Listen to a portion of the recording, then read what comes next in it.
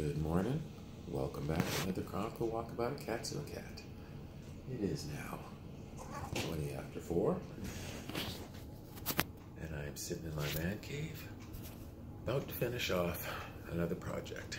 The description of a white wolf and who and what I am. And yes, you'll be hearing a lot of science out of me in the next couple of months.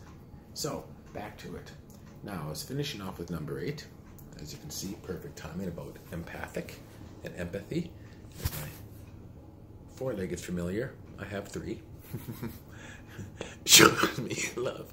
Anyways, so, since we are so empathic, it is easy for us to find the bright side in almost everything in life. Good morning, beautiful, good morning. And we'd rather find a resolution to any of the problems or whatever conflict that is making people or their friends upset. We like to fix things. It's a bad habit. Now, number 9. Everyone on the planet should know this. I got kitty butt in my face. So my cat is enjoying showing affection. Anyways, no one is perfect. Mentioned before about knowing their weaknesses and strengths. Us loners, white wolves, know that no one is absolutely 100% perfect. And perfect isn't a destination, people. Perfect is a journey, which means you're always progressing, always being better. Never, never being complacent. Never, never resting on your laurels. So always try to be perfect. Always strive to be better. Remember, you're never going to land anywhere. You're always going to keep soaring through the skies and through the stars. So, we all have our own flaws and the ways to improve it. Now, however, we know it is better just to go with the flow. Now, we do so because, like I said, it is easier and it is smart.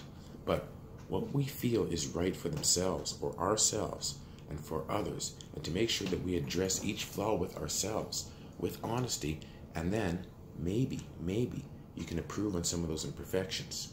And that is a reality, aka history. Humanity has grown and progressed, fucking up the whole way, but we're progressing. So we do what we feel is right and we know is right because it's important to us. Now, number 10, we are guided by intuition. Hello, pretty. Our intuition is our constant guide through life, leading us to the next best thing that awaits us on our long journey of growing up. Which means those of us who leave the village and walk to the tree line and walk to the mountains and cross the rivers usually will have more downfalls and negativity befall us because we're out there than someone who's sitting in a village. So we follow intuition, guided by science and smarts. Now, there's a lot that could be said about me and our gut instincts. Now, when it comes to making tough decisions, we do a lot of thinking.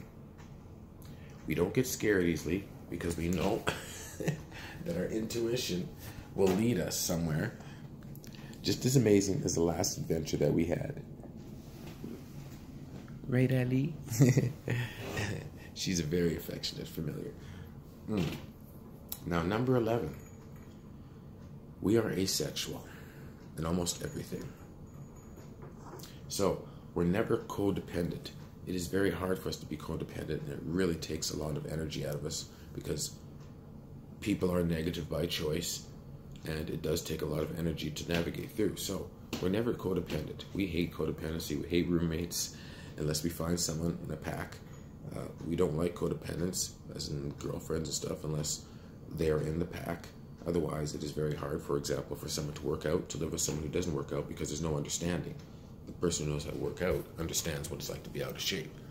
But the person out of shape does not understand the sacrifice it takes. So, we're never codependent. There is never a time in our life when we feel as if we need to depend on someone else for anything at all. You're such an affectionate kitty. Yes, you are. Now, we prefer to be our own people. Even if we are in a relationship with someone, we still prefer to do things our own way. It doesn't go too well here in opinionated Alberta. Now, being dependent on someone else for trivial things which is basically society and social basic life, is something we try to avoid, and we will go through great lengths to show others just how capable we are at being on our own. There's some evidence back there, coming from a guy who didn't have any advantages. Now, number 12, we are filled with kindness and compassion. As I say, people who have suffered the most should be the most compassionate and considerate people on the planet. Unfortunately, there are some tribes out there that just aren't getting it. So, we are filled with kindness and compassion.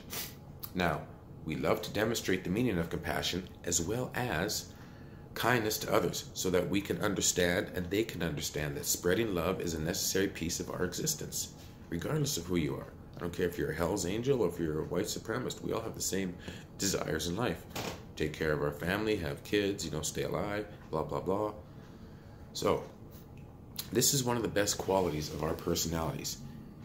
And it's not something that everyone gets to witness. Now, that is basically the first of the excerpts on the psychology, sociology, human behavioral sciences on we as a people, as a tribe, as a species, as a country, as cities. This has been another What the Fuck excerpt of the Chronicle Walkabout of Katsua Cats. I am off to work. I must go pick cotton so I can be perfect again.